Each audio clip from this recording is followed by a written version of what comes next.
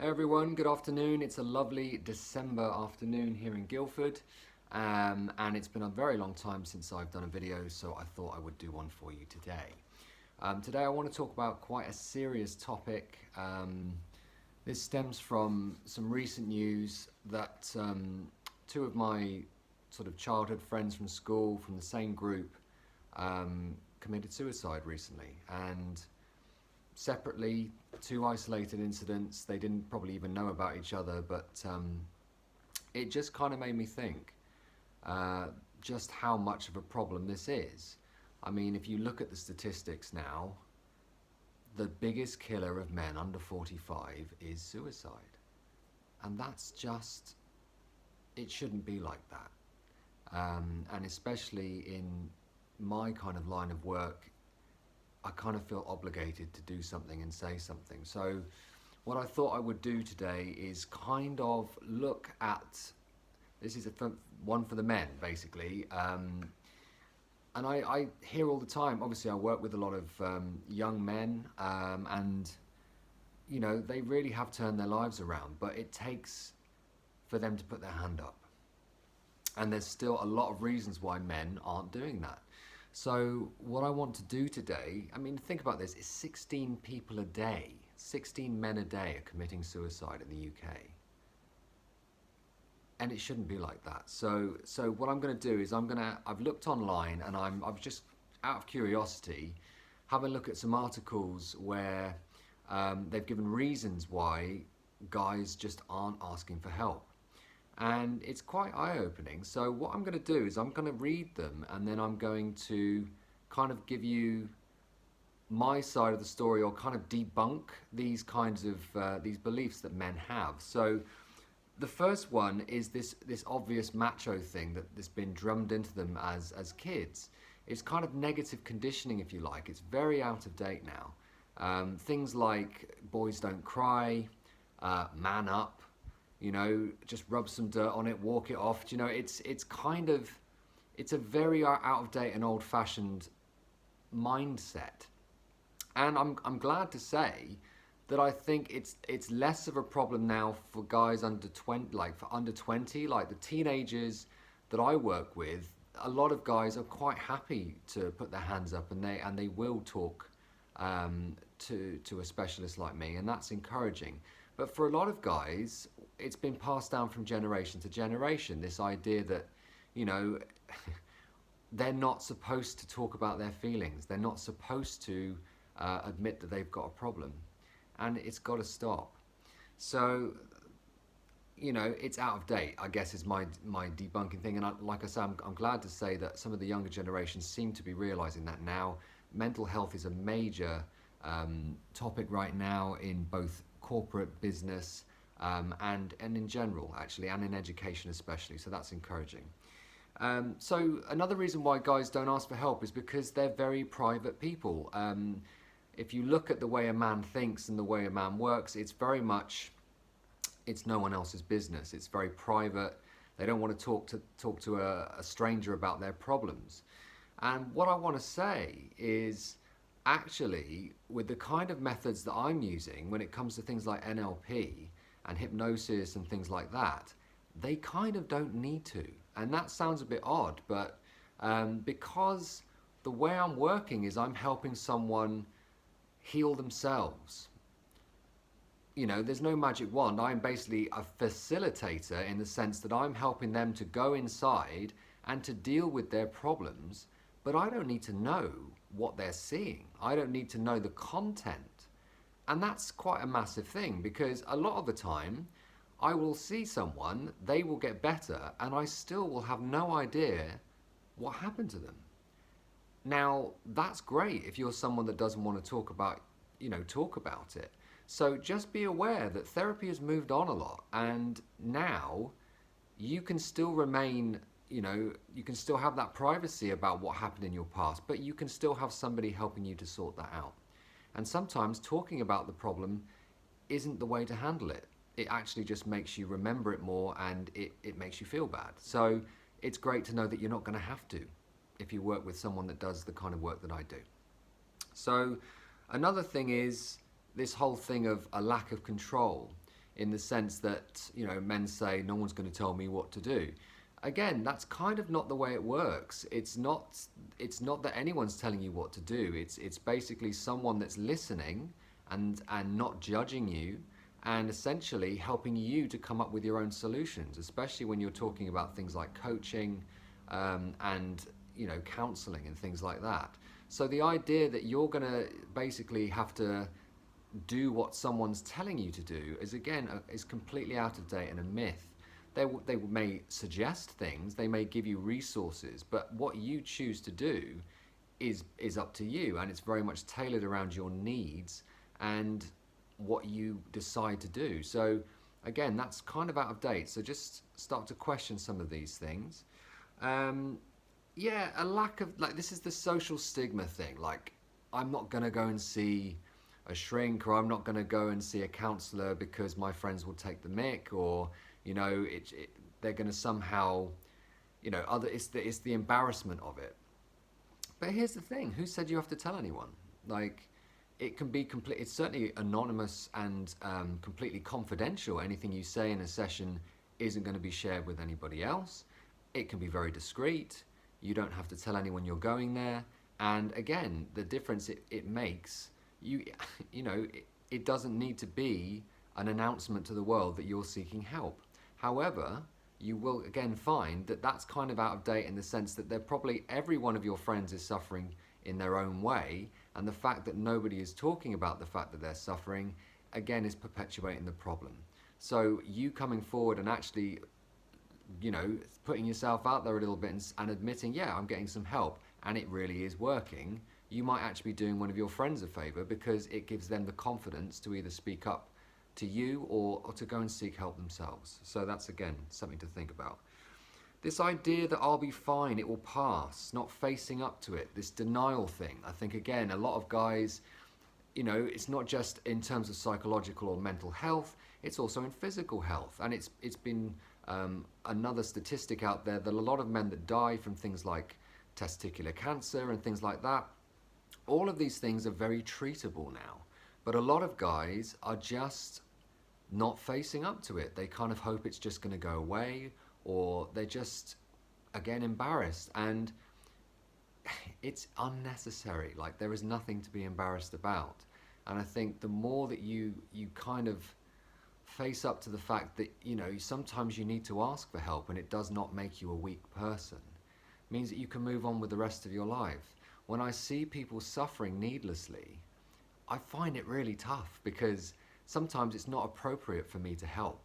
And one of the reasons I got into doing what I do is because I can't stand to see a human being suffer.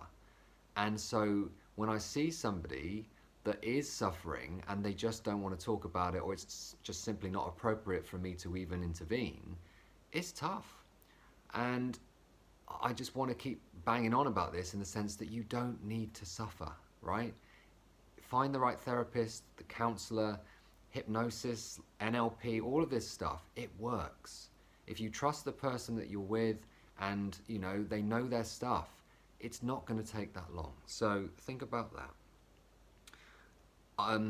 They hit the bottle. Like, they find another way of dealing with the problem. They might eat, they might drink, they might take something else. The point is, it's not dealing, and it might take the pain away for a while, but you're creating a whole new problem for yourself. I get a lot of people that come to me for, give up smoking or weight loss, or because they drink too much. And I tell them very quickly, and it becomes apparent very quickly after a conversation with me, that drinking or food isn't the issue here. They are using those things to cover up something, or to numb themselves, or to essentially not think about the thing that is making them feel bad. They're running away from something, and they've been running away a long time, and this is just a symptom of that root cause. And when you sort the root cause out, then you don't need that habit anymore. You don't need that fix.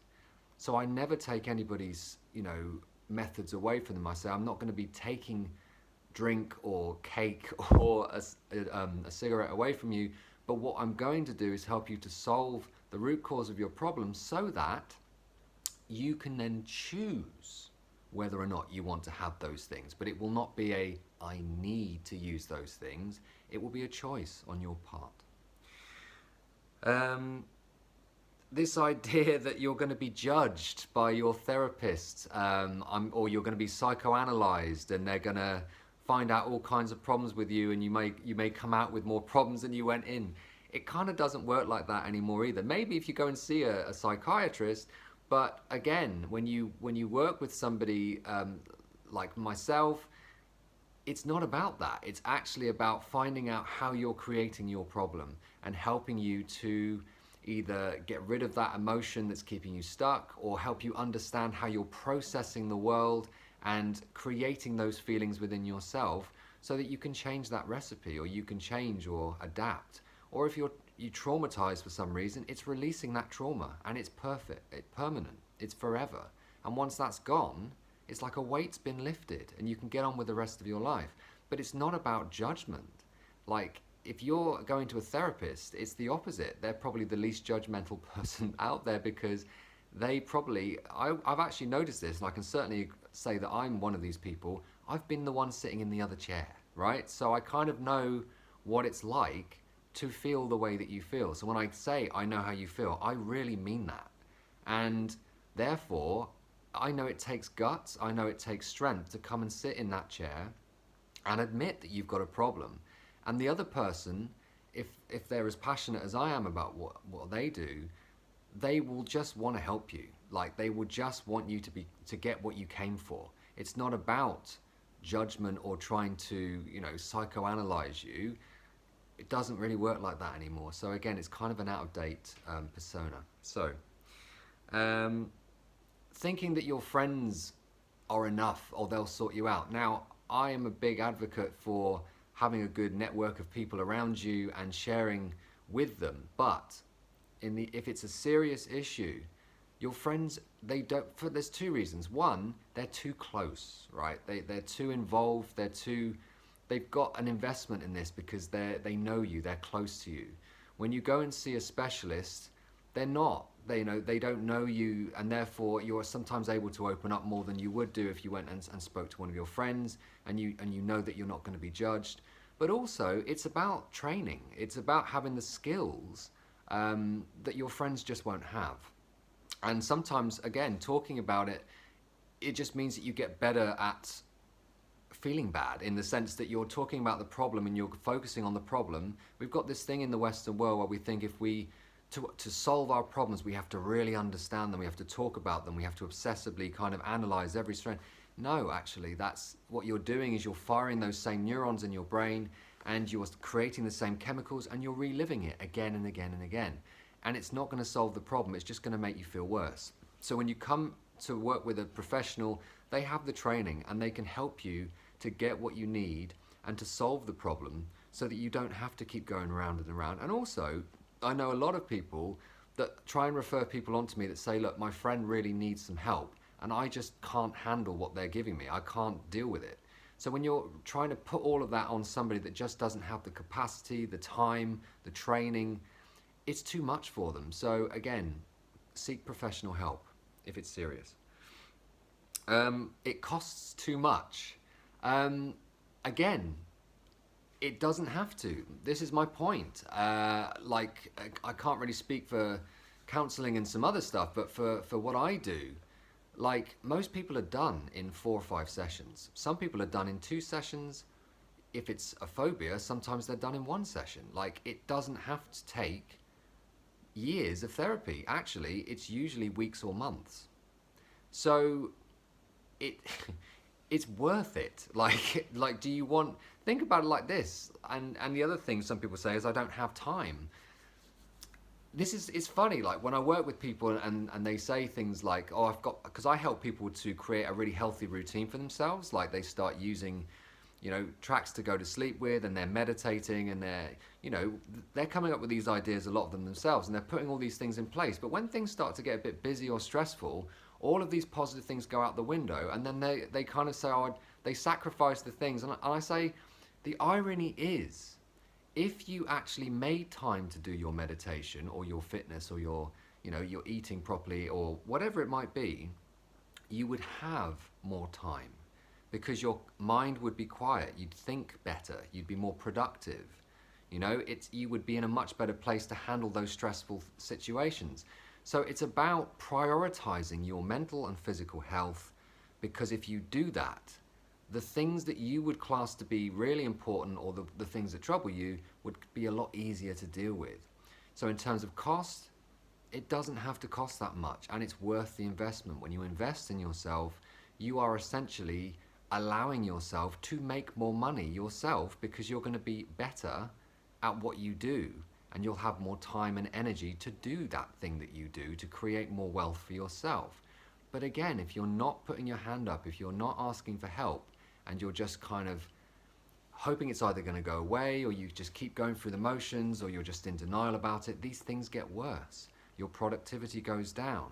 It can turn into depression when something has been going on for a long, long time.